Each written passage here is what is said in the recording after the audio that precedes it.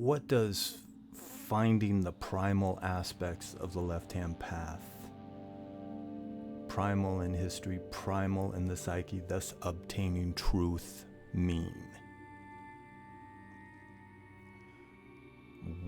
What is my point? Well, if you think about it from a basic pragmatic level, to get the truth when it concerns anything, when it pertains to anything, you want to go to the source. Well, how do you go to the source of a, let's call it a tradition, a philosophy, or possibly something even deeper than a philosophy? How do you go to the source? The source, if you will, in some sense, is dead from a physical perspective.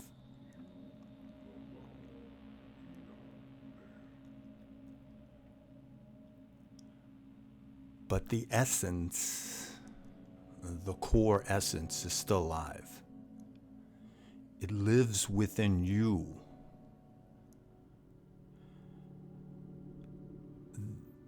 There is within every cell of your body memory, genetic memory.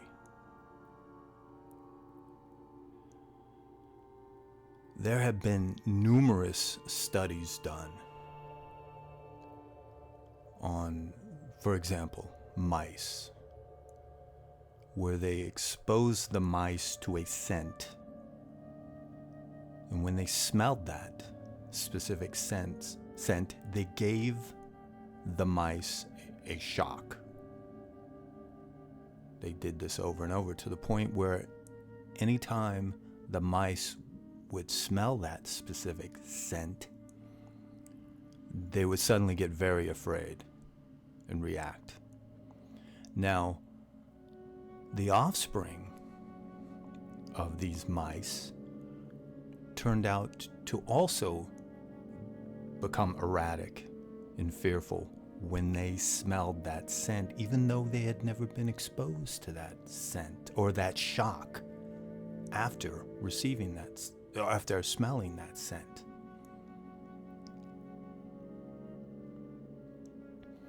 That fear was passed down, and also to the next generation. There have been studies with people who were the offspring of those who suffered through the Holocaust. Those people seem to somehow retain some of the angst and fear of their parents.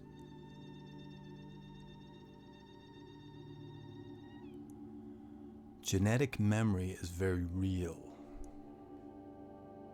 We have within all of us this connection, this pull toward our ancestors. Most people trapped in this modern world ignore it. But some of us, many of us, here on this path feel that pull. Feel the need to get in touch with something much deeper than what modernity can offer. That's why we're attracted to ritual and ceremony. We're attracted to, let's say, that ancient polytheism, to those ancient gods, to that ancient heritage, to that eternal natural law, to that philosophy that is so much greater, so much deeper, so much more significant than what any Abrahamist thinker could ever convey.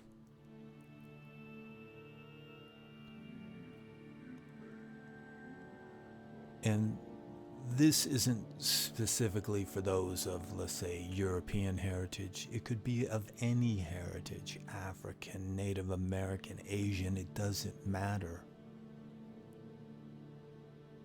The pool of your ancestors is strong. They are in you. Every aspect of you has some of their memory.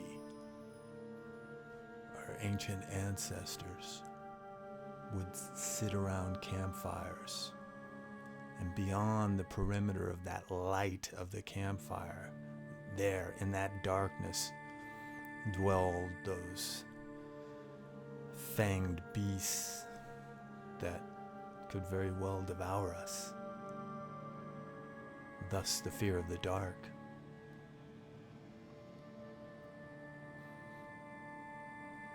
And it goes even deeper than those primitive ancestors. It can even go back as far as that monkey-like creature that we evolved from, that would dwell in the trees and was often devoured by snakes.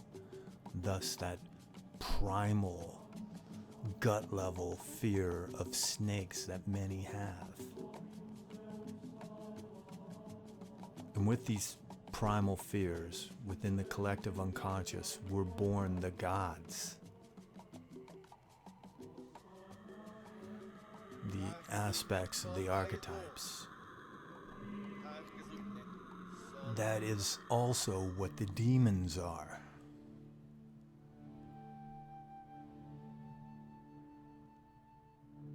They are those primal fears. They are the avatars of the archetypes. They are outside us and inside us at the same time.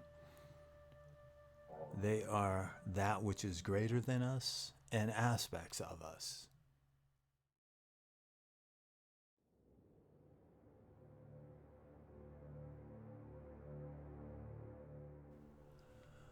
So, you want to be your own God, do you? And you're on the left-hand path to get there. But before you take that first step, there are a few things you need to understand. Understand about yourself. Rebellion has led you to where you are right now. Rebellion against your parents, the status quo, the church. The church is dead to you after you said fuck you to the liars and the hypocrites, and leaving felt good. But you're lost, searching for that something to grab a hold of. It's because of the God-shaped hole. What does that mean? You have a void in your soul once filled by God, whatever your God was. Your God could have been anything. Could have been Jesus or his father, that invisible man in the sky, or maybe a cosmic force or an abstract conscious entity that speaks from the void. Whatever it is, whatever it was, you let it go, and now you're hollow. And you feel like you're walking on thin ice, that ice being your confidence, because now you only have you to rely upon. Personal responsibility is a bitch. Blame is easy. Blame anyone, everyone. You can't blame God though, nor can you ask him for help anymore.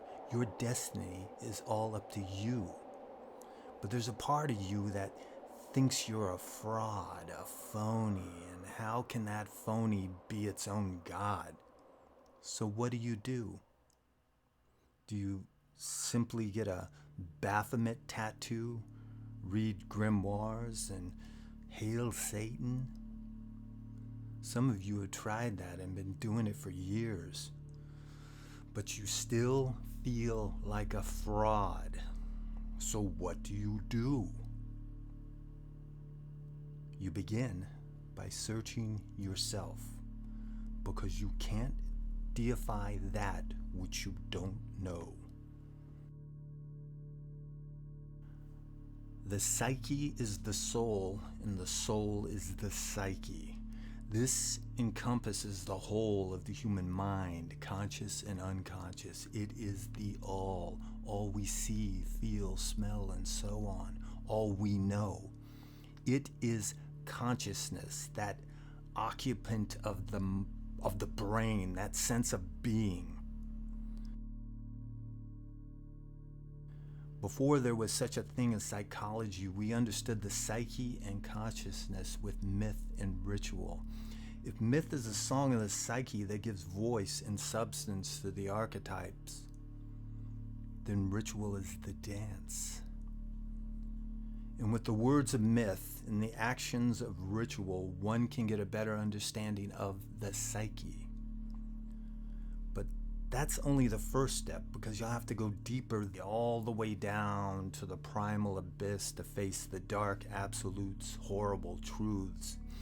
You have to go back in time, down below the level of human, down before consciousness itself, to the horrors of the void, and into the primordial annihilating chaos, to what's below the collective unconscious.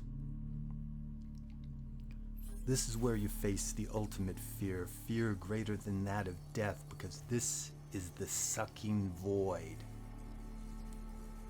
You should feel panic, a primal scream welling up inside, but you can't scream because you have no voice.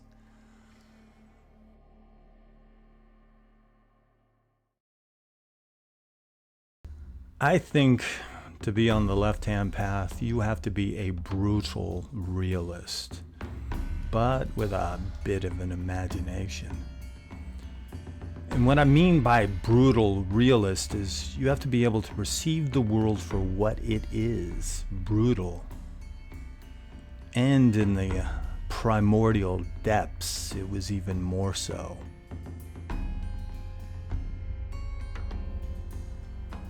Now, I have an obsession with the primal. I like to dig deep. In getting to the roots of what you're studying, either from a philosophical, psychological, or historical perspective, leads to a better understanding of that subject. What I'm saying is, don't stay on the surface. And the roots of that discipline we know as the sinister path is no exception. From the historical perspective, we'll begin with the Proto-Indo-Europeans, those ancient people who domesticated the horse and invented the chariot. We do know some of their mythological traditions, but what were their shamanic, mystical practices like? And are they embedded in our psyches? Because psychologists have concluded that our fears, longings, our common experiences have become incorporated into our genetic code. Now, I think the magical practices of the Proto-Indo-Europeans had to have been dark and sinister, because there were no tree-hugging hippie pagans back then. Even though modern paganism claims to have deep roots, there's no way that tradition of naively communing with each other in nature could have been passed down through the ages. Now, how do I know that today's paganism doesn't have deep roots, you may ask? Because if there were any Neolithic or Bronze Age hippies, they would have been killed off quickly, thus stifling their philosophy of peace, love, and harmony. Life was a brutal struggle in the ancient past, and it continued on like that for thousands of years. You weren't just gonna walk up to someone and hand them a fucking flower and tell them to chill. The world was a harsh and scary place, so the mythological and mystical traditions would have to have reflected that fact.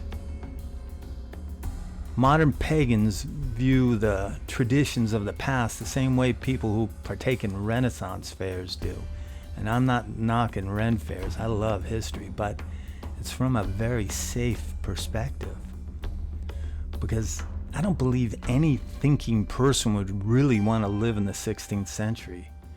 Can you say plague, famine, inquisition, and brutal repressive monarchical systems of government?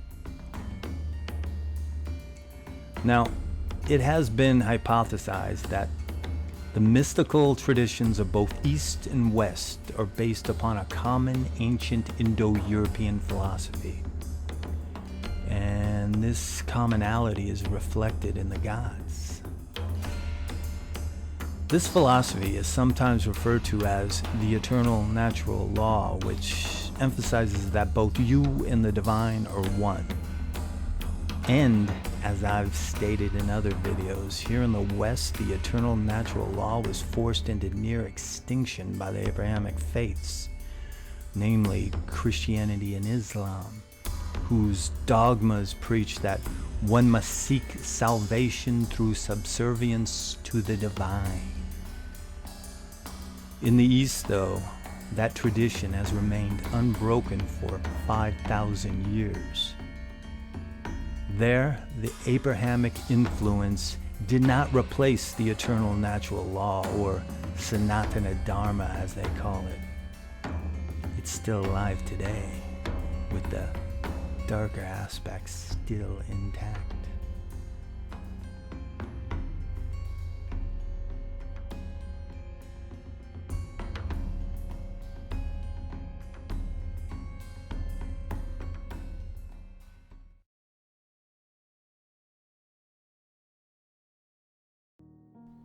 I love fucking with the neo-pagans.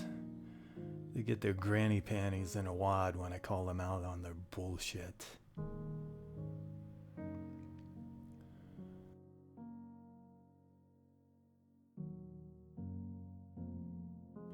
Their principles, doctrines, are about as substantial as alcohol-free beer or vegan bacon. They've removed the best, most essential parts of the eternal natural law by turning their faces away from the darkness. And because of this, they're very much like Christians with their light-dark, good-bad duality. They pushed away the shadow self and turned the horn god into the boy toy of the goddess, and turned the goddess into their supreme deity.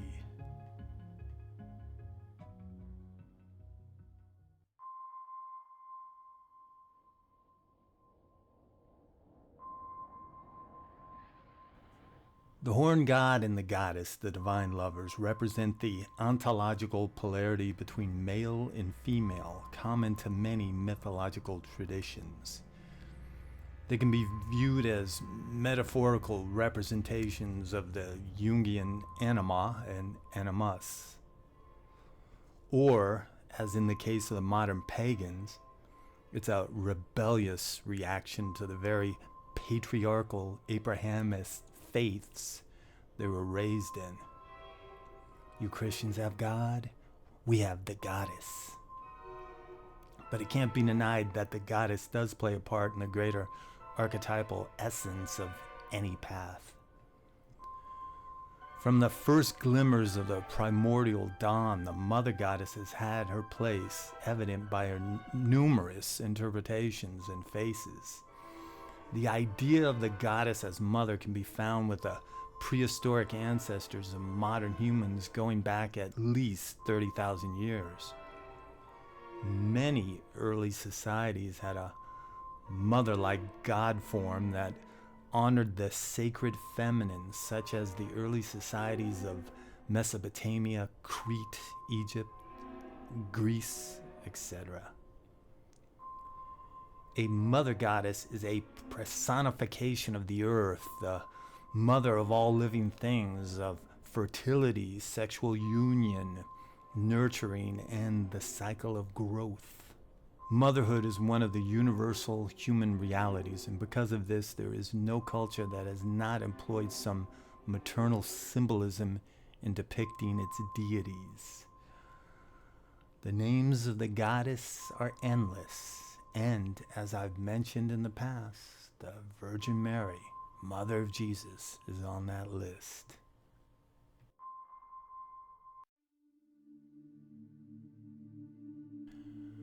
Now, Christians may find this hard to grasp, but the evidence for the Virgin Mary being a form of the Mother Goddess is indisputable.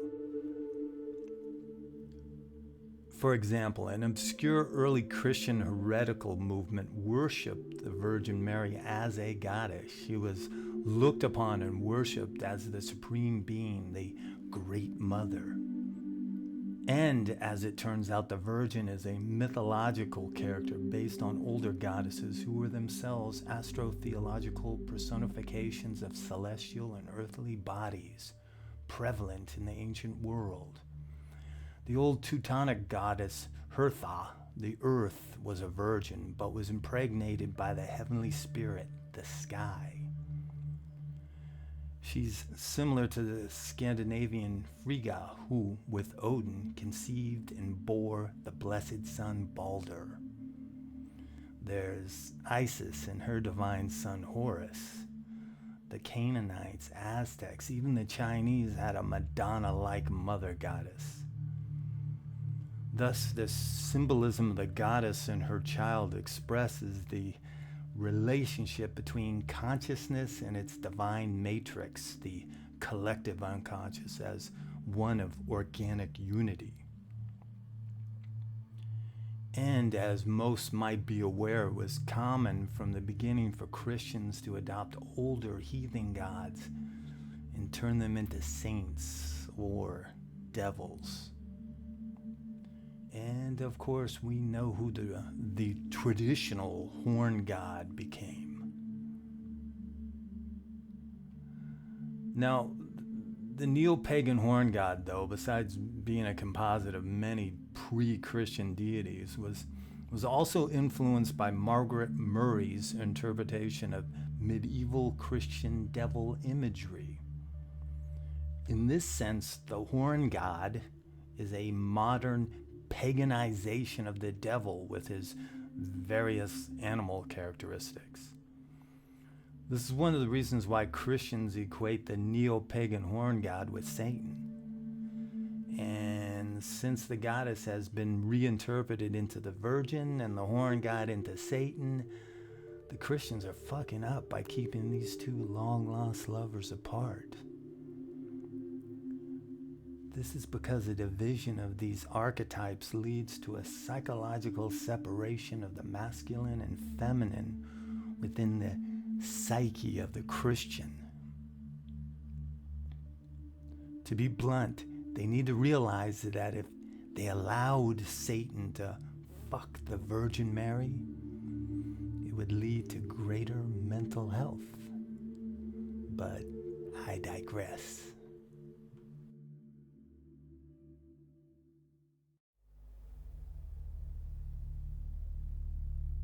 Like other primordial archetypes, the Dark Mother and her values of transformation have existed in the human psyche since the very beginning. Her image is specifically apparent in Hecate, Demeter, Lilith, Kali. According to Carl Jung, the Dark Mother is the negative side of the mother archetype, representing that which is secret, hidden, dark, the abyss. And on the right-hand path, one wishes to avoid that which is dark, hidden, or secret.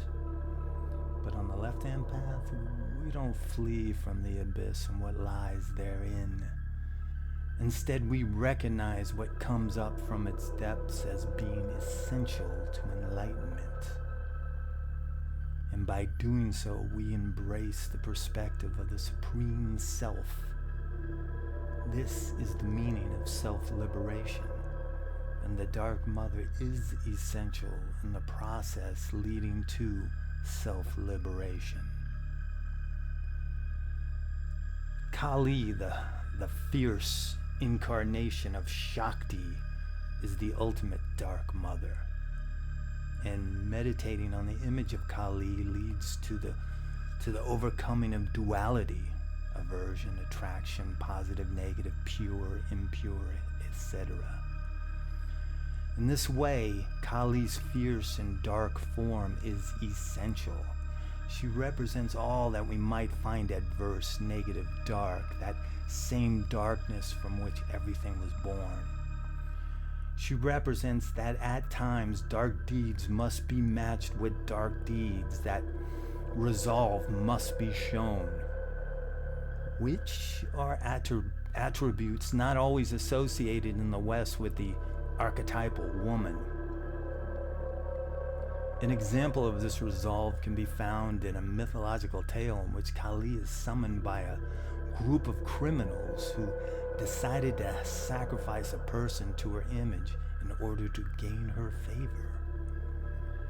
She manifests before her worshippers, but proceeds to massacre them by decapitating and drinking their blood. In this story, Kali demonstrates her refusal to be controlled by those who think they understand her. It demonstrates her triumph over the attributes of ignorance.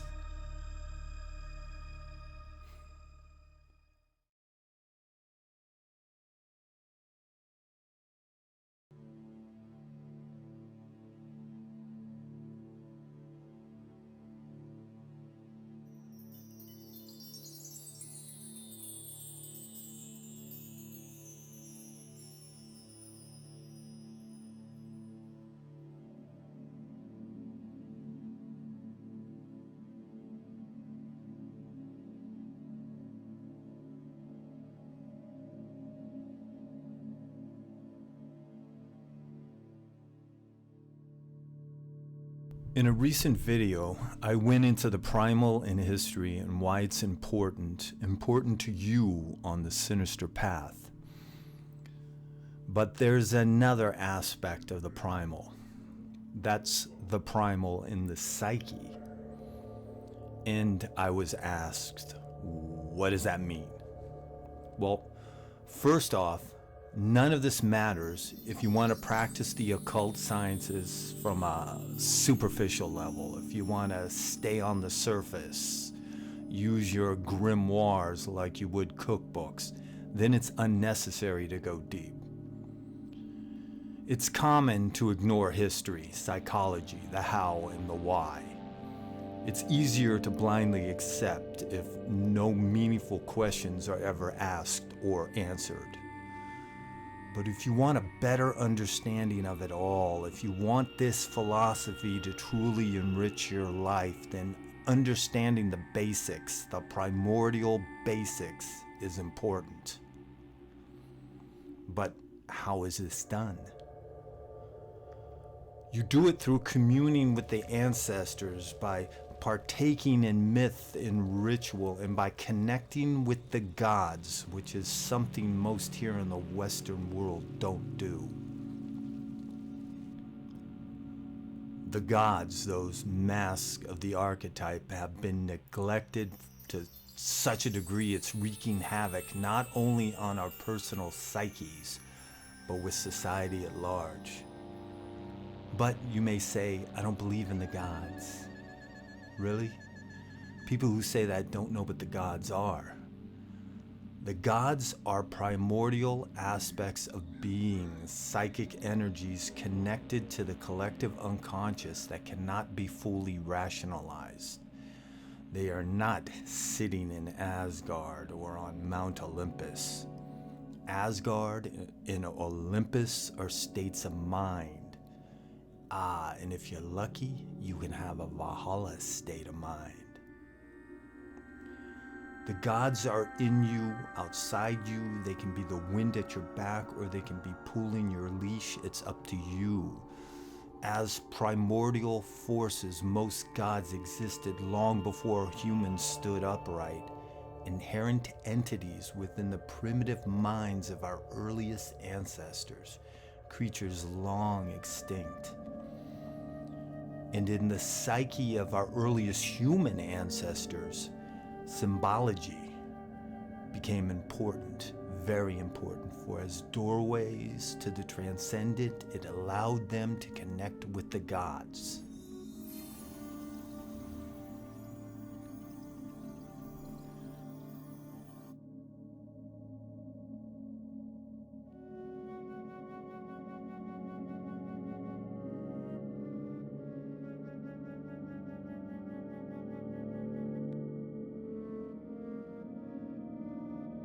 For many hundreds of thousands of years, humankind led lives deep with symbolic meaning.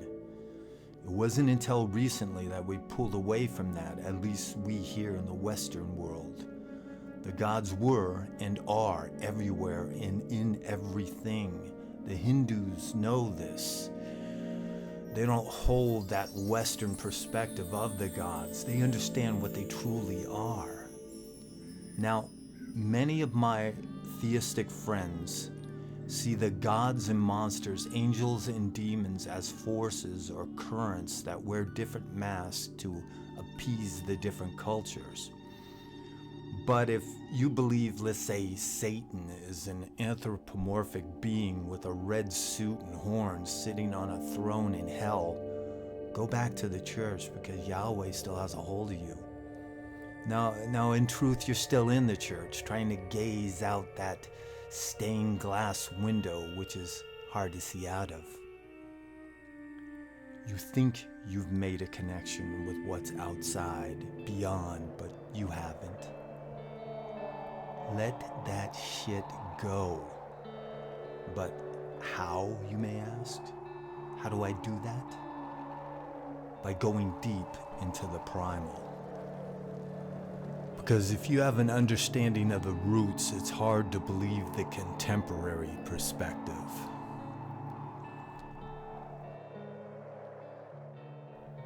From the time of the communal fires of our Paleolithic ancestors to the temples of the Abrahamists, the gods have fed the psyche, giving an understanding not of the physical world. That's where most people screw up when it comes to the gods, but to the inner world, or the underworld.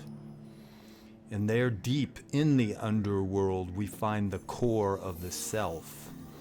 This goes beyond good and evil, or what we understand as good and evil.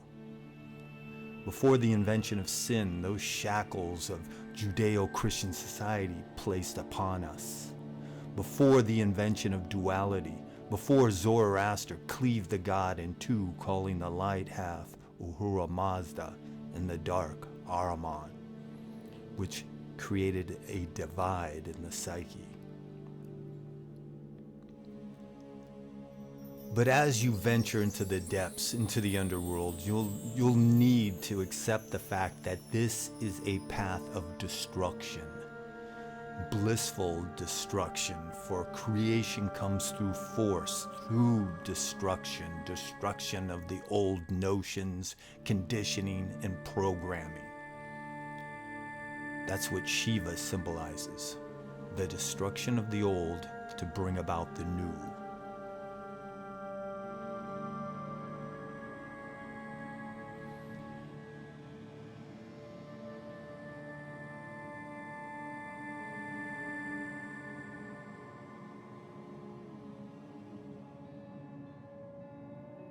There are many mythological gods and entities on the left-hand path, and Lord Shiva is but one. Though not always viewed from the perspective of the left-hand path, he is, in many ways, the greatest of these deities. Shiva, along with Brahma and Vishnu, is 1/3 of the holy trinity of Hinduism called the Trimurti. A deity of great complexity, he is often represented as a lord of love, light, and protection, but we we emphasize his darkness.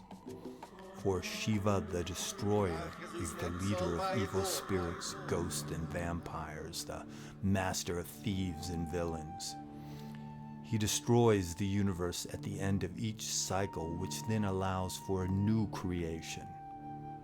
Do you get the symbology? His destruction has a positive side because destruction leads to a greater form of existence. This is destruction of the old and stagnant, for you cannot have rebirth without the death of the old. Shiva, the Destroyer, is the ultimate adversary, adversarial to those aspects of the self that keep one from progressing upon the path. And Shiva and the other beings of a mythological nature are to be experienced within the soul's psyche as meaningful poetry of the subconscious. But some of you Satanists may say, I'm already self-deified. Why do I need this Hindu Shiva crap? You're not understanding that self-deification is not a proclamation, it is a process. I've said this over and over. For only a fool will announce to the world that they are a god when they don't know what the fuck a god is. Self-deification is a bitch to achieve. And once you've entered that state, you have to work to maintain it. You're in a relationship with the deified self, and like any relationship, it takes work. A single slip up and it can set you back. This is why it's imperative to have a head full of knowledge while going down the path to self-deification or sinister illumination. Now, sinister illumination, what's that? It's restoring that dark half of the psyche, that half missing in the hearts and minds of the Abrahamists. The dark half of the God in you, the dark half of the divine. That half of you that's been called Satan or satanic. That's why you can never reach divinity on the right-hand path. It's because you can never be whole on that path. It's the path of subservience and submission. The dark half of you is shunned, and you are made to believe that you need to be protected from it. Fear it. That's how they get you. That's how they trap you. And that's how they keep you submissive.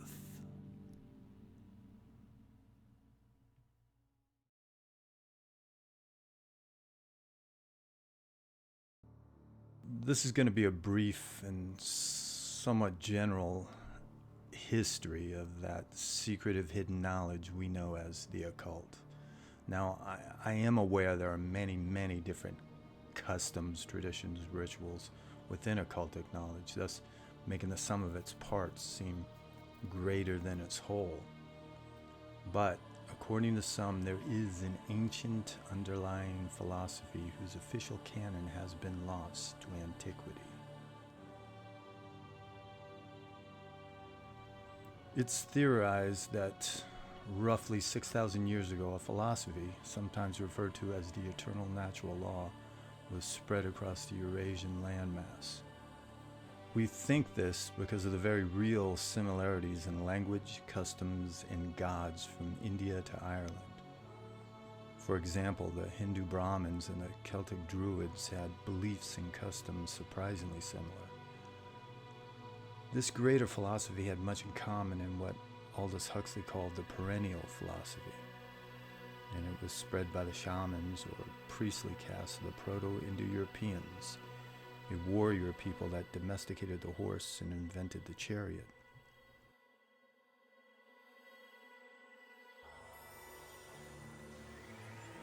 Now, what was this root philosophy? Simply put, it's the universal idea that you and the divine are one. This can be seen in the pagan gods, for they had a divine aspect and a shadow side, a reflection of our psyches. Thus, divinity is in us all. For some of you, this may seem obvious. Of course, we have a divine spark, but for many centuries here in the West, it wasn't so obvious. Through a literalist interpretation of Abrahamic monotheistic beliefs, you are not only separate from your divine spark, but also from your shadow. The origins of this idea could be found with Zoroaster, who about 3,000 years ago founded a religion in which he separated the shadow from the god, thus creating the good god, bad god duality. Eventually, Zoroastrianism became the religion of the Persian Empire. Over time, the Persians subjugated the Middle East, including the ancient Hebrews, who adopted some of the Persians' beliefs. And the Hebrews established Judaism, which had its spin-offs, Christianity and Islam, and they spread throughout the Middle East and Europe, thus smothering the eternal natural law. And over time, that idea of you as an independent divine spark was labeled evil, which also led to a fear of one's own shadow. Thus, one had to beg to be saved from who they really were. Now, why did this happen? Because convincing the masses that they were born corrupt and needed to be saved is the best way to subjugate them. Control the psyche, thus have dominion over the soul. But the eternal natural law never completely vanished. Some customs, traditions, and beliefs survived, mainly amongst the rural folk, and was given the label witchcraft by the church, which lied about this philosophy, perpetrating such nonsense as the Black Mass and the killing of babies, generating fear and paranoia, which led to an inevitable outcome.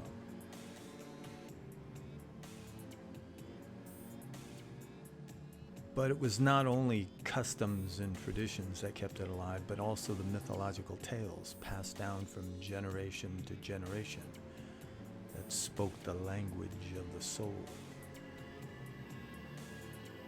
And in the past 200 years or so, with the aid of magicians, scholars, and philosophers, there's been a revitalization of the philosophy.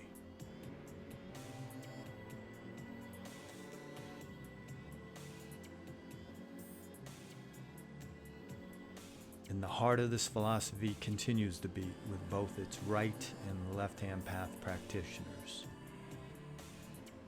And when utilized correctly and not out of blind faith or rebellion, it can give one a sense of wholeness that's hard to find if you're constantly looking outside yourself for answers. Instead, go inside and awaken.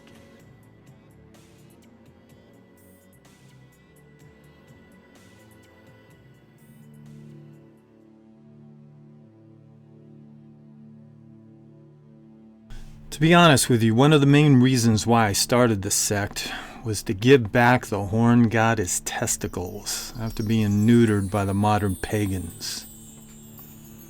And I've attempted to do the same for the Druids. Now, a little bit of my own personal history. I'm of mixed heritage, from English to Eastern European to Italian to Mexican to even some African. But my largest percentage is Celtic, from the Irish and Scottish branches on my family tree. And from this knowledge grew an obsession with all things Celtic. The color of my hair has lightened in my old age, but as a child it was bright red. Along with freckles and green eyes, I was the standard ginger. And I hated the way I looked. That was until I discovered the Celts. And having an obsession with the Celts and the occult, the Druids were a no-brainer. Now, as I've mentioned in a recent video, when I get into something, whatever it is, I like to dig deep. And studying what is known as modern paganism, I've come to realize it's actually a reworking of Druidism. That is what we can know of Druidism because they left no written records. Now, some of you history buffs might bring up a crude form of writing the Irish Celts used called Ogham or but that was more a secret means of communication, a code, if you will, rather than a way of documenting facts. Now, instead of getting information on the Druids from the source, we've relied upon the Greeks and the Romans, enemies of the Celts, and most of what they had to say was not flattering. But today's interpretation of Druidism, those who call themselves modern Druids, they make me fucking crazy. Early on, I thought it might be interesting to join one of these modern Druidic groups, but how do you suspend your disbelief when you know it's all bullshit? Just a little digging and you realize they've whitewashed history by turning the Druids into jovial nature lovers. Just the fact they march around Stonehenge, which the Druids did not build, performing rituals and ceremonies created in the 19th century during what was called the Celtic Revival is evidence enough. And in the past 50 years or so, it's become even more watered down when the hippies tossed in their pot-induced 2 cents. But where do we go to find evidence as to who the Druids really were? First, let's start with what we do know. The Druids were the Celtic priests, philosophers, judges, and soothsayers who convened with the gods and divined the future.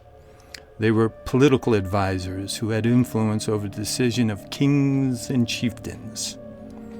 They were extremely powerful in Celtic society, a society known for its beautiful art, mythology, and warrior culture, and rumors of human sacrifice. According to Caesar, the Druids believed that the gods delighted in the slaughter of prisoners and criminals, and when the supply of captives runs short, they sacrifice even the innocent. Other Roman scribes claim that the Druids choose a person for death and stab him or her in the chest above the diaphragm.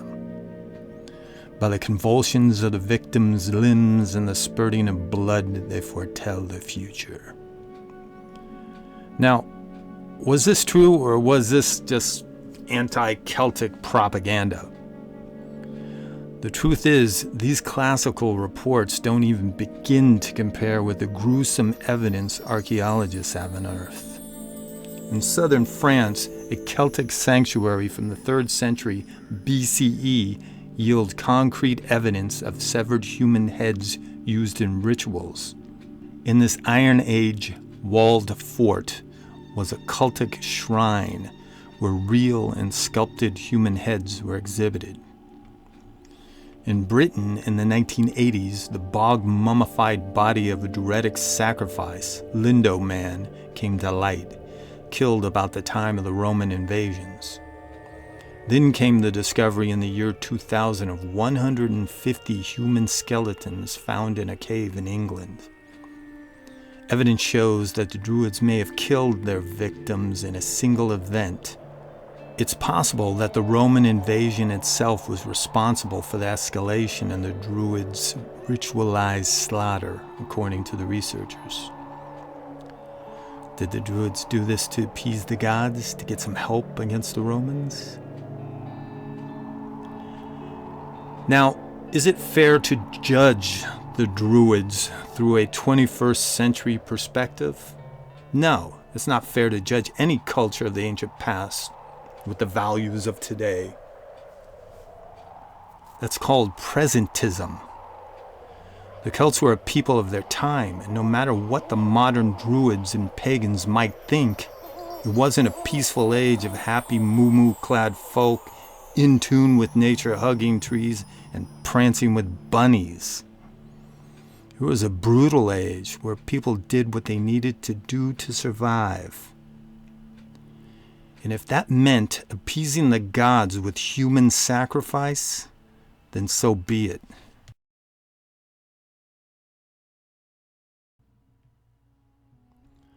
So, in conclusion, connecting with the primal is going into the underworld, into the primordial core of being, thus psychologically obtaining truth by stripping the psyche down to its bare essence. To put it simply, we're reconnecting with who we once were, because that part of us is still there, sleeping deep inside. It's time to wake it up.